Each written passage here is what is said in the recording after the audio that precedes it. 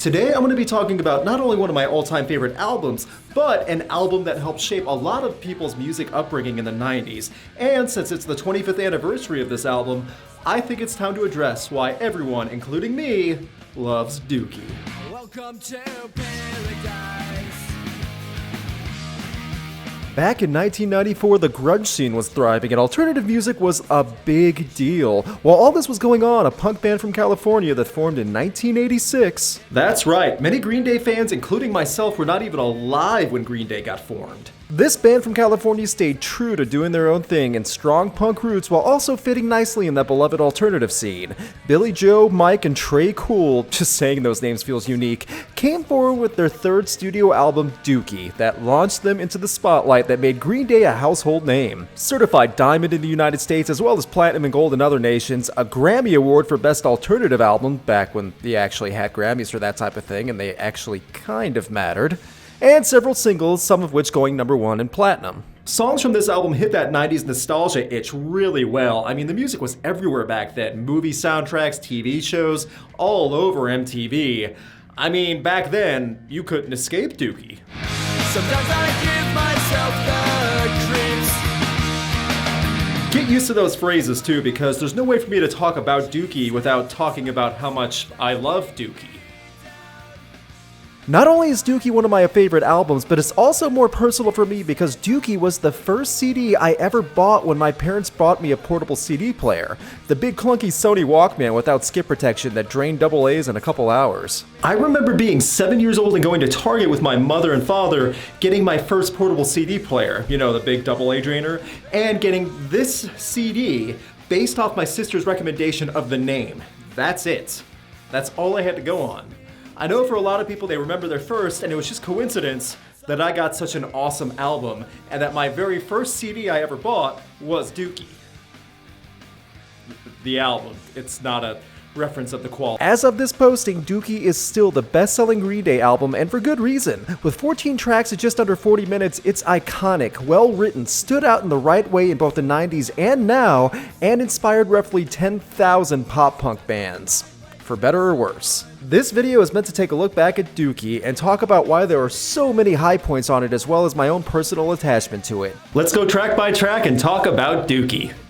Sorry about these jokes again, but I literally can't avoid them when I'm talking about this album. I declare I don't get no more. I'm running up and out and growing bored. 2 seconds is all it takes to start things off right, and Green Day kicked down the door with this opener. The opening bars have become iconic now, and you instantly get sucked into the nostalgia pit. This is another example of a song that you can't sit still while listening to. Burnout is an example of great drumming that isn't overly complicated. It's timed well, it keeps the speed while coming in bursts. Tré Cool really nails that. The lyrics usually get breezed by it in a song like this, but there is good material here about not growing up but burning out, and how apathy sets in. And on the matter of lyrics and writing, this album celebrates how someone can be flawed and have issues, but just not caring about it.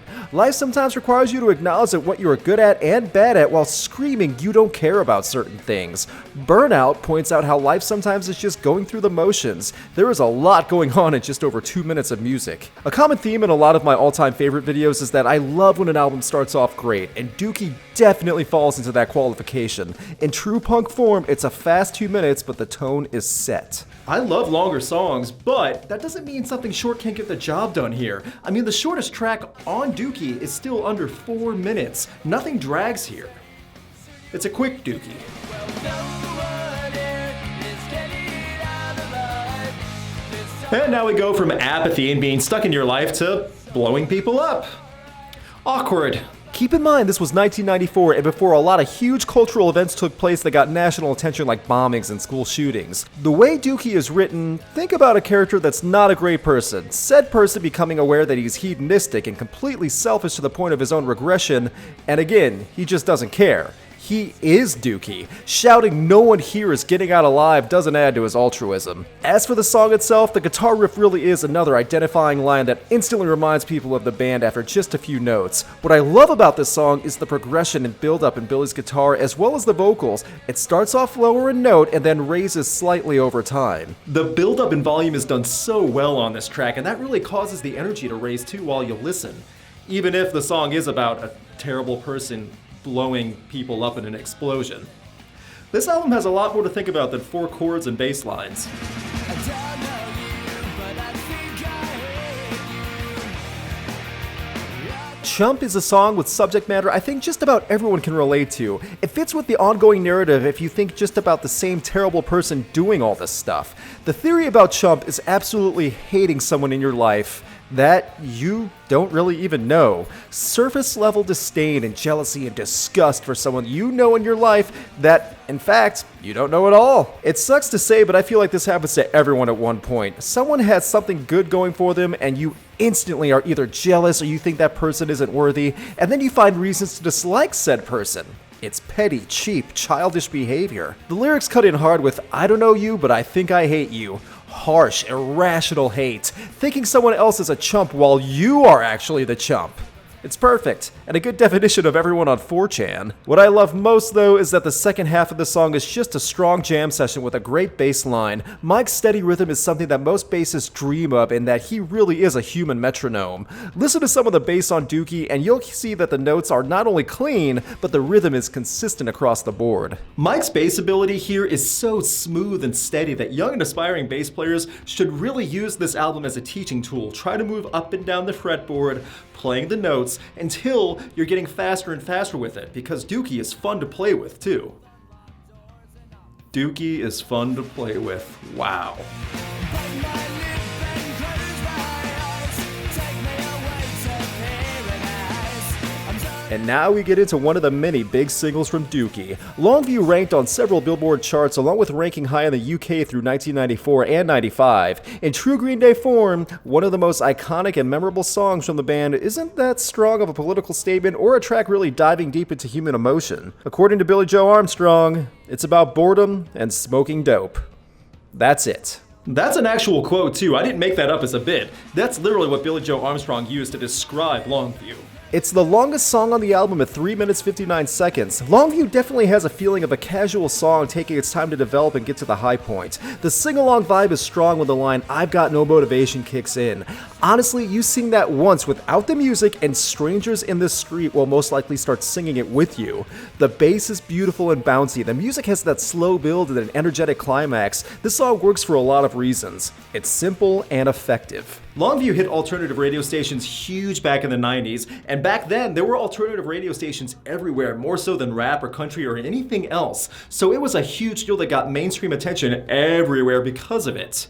And also, it's one of the few songs in mainstream, especially in the 90s, to mention the word masturbation. I'm talking about masturbation and Dookie in this video. I can kiss a political career goodbye. Welcome to paradise. It's at this point in Dookie that most people keep coming back for more. Coming back for more Dookie. Wow, I'm just full of them today. The album goes from great to fantastic at this point. Welcome to Paradise still works today in 2019. This was the second single from Dookie and was actually a re-recording. Along with charting in the US and UK and being a concert staple, Welcome to Paradise was one of the lesser successful singles from Dookie. Part of the reason was because the band didn't want a music video for the song. Despite that fact though, it still got a ton of airplay and is still cherished to this day. Welcome to Paradise is about the band moving out into the real world and crashing in a broken down place in California while trying to make it. It was rough living for a while, but to them, it was home. It's weird to think about now, but back then, you didn't have the internet to really promote yourself and get your music to new ears across the world instantly. You just had to live off no money, keep playing, and hope for the best that you make it and you get the right attention somehow. Just that one break. There is such a fluid energy in this song. The breakdown with the bass at about 2 minutes in feels like a fluid change and it doesn't feel out of place. It's definitely not the typical mainstream format that has been drilled into our brains, and while it's definitely punk rock, there are shades of old metal influences here. It crosses a few genres while still keeping the true punk vibe and being tightly executed. Welcome to Paradise is celebrated in music outside of punk and rock also. You can play this in your headphones or in your car stereo and it has the same effect on you. That's huge for a song to do. Plus, it just helps flesh out Dookie, make it sound better. Flesh out Dookie. I'm sorry.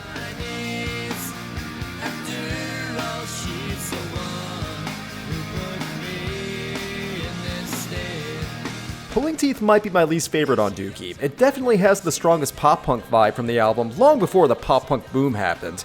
It's simple, sure, but it definitely falls by the wayside when compared to other songs on Dookie, especially as it's sandwiched between two big singles. It's fine for what it is, but admittedly it could be scrapped from the album and I don't think I would miss it. That's just me though. The song is about a relationship where a man is literally being tormented and physically hurt by his lover. It's also inspired by a pillow fight where Mike Dirnt and his future wife where he actually got hurt in it. It's not a bad song, I get its dark humor, but it doesn't make Dookie feel any more special. It's just a generic little Green Day song that stretches out Dookie. Do you have the time to listen to me whine about nothing? And this is the song that even if you aren't a music person, you know the lyrics to Basket Case. While there are other Green Day songs that people now relate to most, it was Basket Case that I feel catapulted them to the mainstream audiences outside of alternative stations. Not only did it chart highly around the world for months and went platinum as a single in several countries, this song was a staple of the 90s. I can't even imagine how many movie soundtracks and TV shows this was played on, let alone all the MTV airplay. And rightfully so too. I mean, Basket Case is by far one of the best Green Day songs ever done.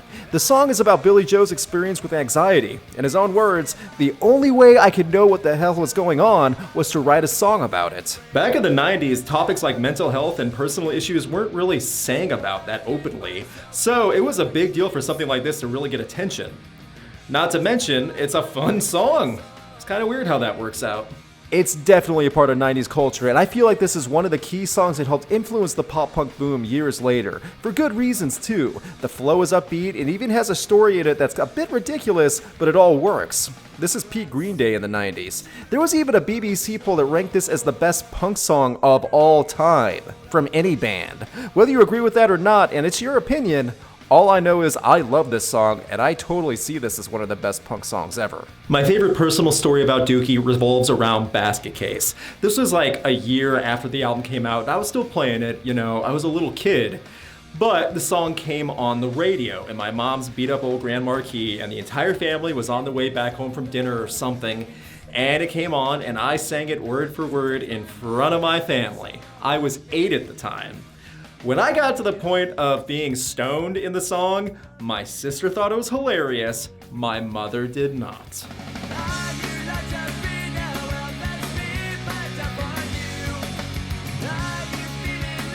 Another single from Dookie, and I'm being honest when I say this, she might be my favorite song on the album along with Basket Case.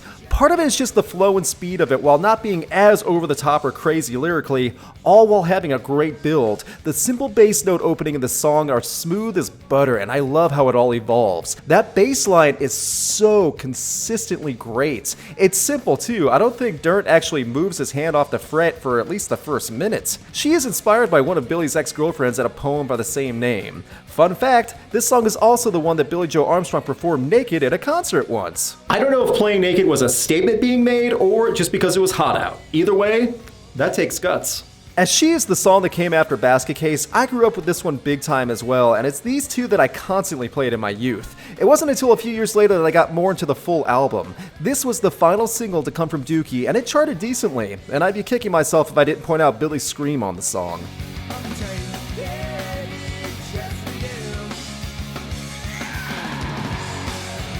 Dookie is worth screaming about. Sometimes you gotta just get loud for Dookie. What is wrong with me today?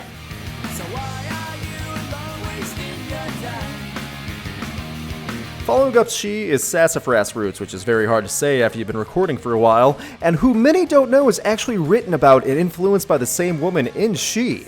It's a quick 2.5 minutes, and I have to admit, I put it in the same field as Pulling Teeth. It's not bad, it's just not on the same level as the other big pieces from Dookie. SASSAFRAS Roots also suffers from the same situation that Pulling Teeth did, as it's sandwiched between two huge singles that were a big reason people bought the album. It does have a great line though, with "Why are you alone wasting your time when you could be with me wasting your time?" That's romance if I've ever heard it. 'Cause you know where I'll be found when I come around. It might be one of the slower tracks on the album, or slower pieces of Dookie if you are immature like me, but When I Come Around is dripping with nostalgia value. The song is a glorified time machine. I still enjoy hearing that chorus. When I Come Around charted like crazy through 94 and 95 and still remains one of Green Day's most successful singles. After a lot of frantic energy, great breakdowns, absurd storytelling and dialogue in the lyrics, and everything in between, here we have a simple riff with drop-down tuning that let the chords ring out, no screaming, and a seemingly upbeat song. Until you get to the lyric matter about a user and a terrible person not being someone you should want to be around. Part of When I Come Around is about a man telling another that he is not the guy you should want to be around, and then coming to the realization that he is not the person he should be at all. When I Come Around is that self-acknowledgement. It does go with the narrative though, whether intentional or not. A man who really is a degenerate and someone who has serious problems, continuing to admit their issues and just ignoring them overall. That is surprisingly introspective and deep coming from an album called Dookie.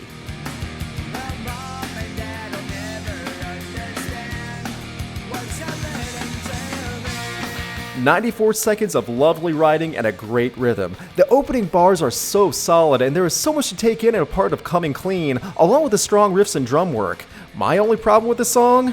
Why is it so short? Give us more of this! Coming Clean is another song that made the bridge between punk rock and pop punk. It's also a big revelation song from Billie Joe Armstrong, as coming clean is coming to terms with your own sexuality while growing up.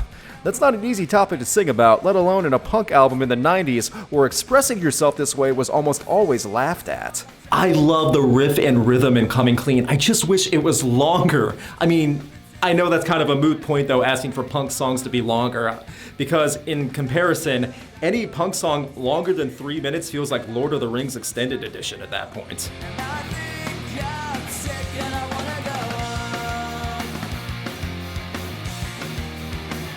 Another short track, this one under 2 minutes, and it's a shame because my sentiments are the same as Coming Clean because the riffs are fantastic and I love the energy and flow. Tré Cool is on fire on this one too with the short bursts, and it feels like this song has everything you could ever want in a track, including bridge and breakdown, all condensed in 1:40. These two songs back to back could be so much longer. Even if you just give 30 seconds each, that still would add so much more, and you wouldn't have to scrap other tracks on the album either. I just wish for more, and I know that might be kind of a good thing if you think about it, of even wanting more, but come on, give us more than 2 minutes.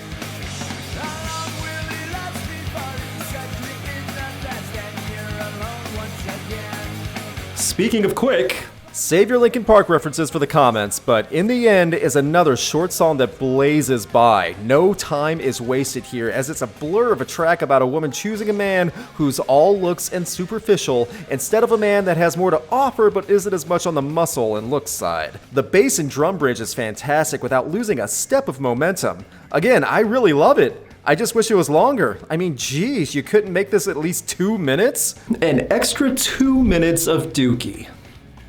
I mean, everyone needs that sometimes if you don't feel well.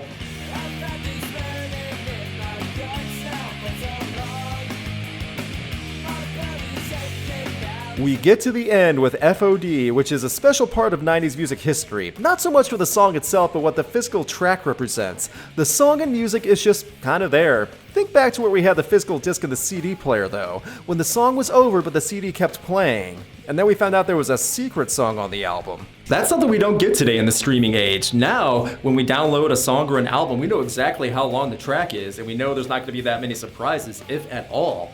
Back then, when you put something in the CD player, it was a big deal to find a secret song or people talking at the end of the track or anything.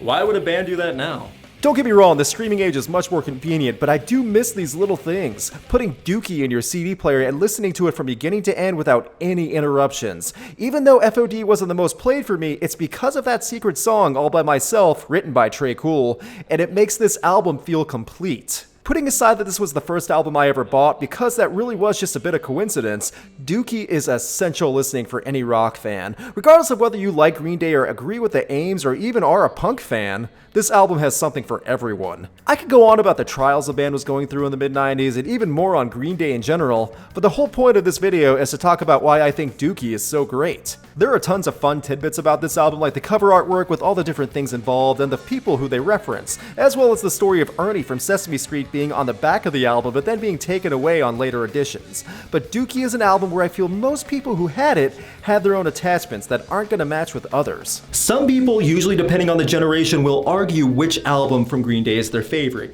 Dookie, American Idiot, Uno Dos Tres. Okay, maybe not those. Green Day are still a household name regardless of your favorite album from them. The music is standing the test of time, has inspired millions, and Dookie, in my opinion, is Green Day's best. Thank you everyone for watching and listening to me talk about how much I love Dookie. Please subscribe to see my upcoming videos and leave a comment telling people how much you love Dookie. Big thanks to my patrons who are helping keep Rocked going, and a special thanks to Brandon Barenfeld. If you want to get perks and help have a say in future videos on Rocked, please consider supporting Rocked on Patreon. More info in the YouTube card and the description below. Once again, please subscribe. You can check out my concert photography on Instagram, and you can keep up to date with Rocked on Facebook and Twitter.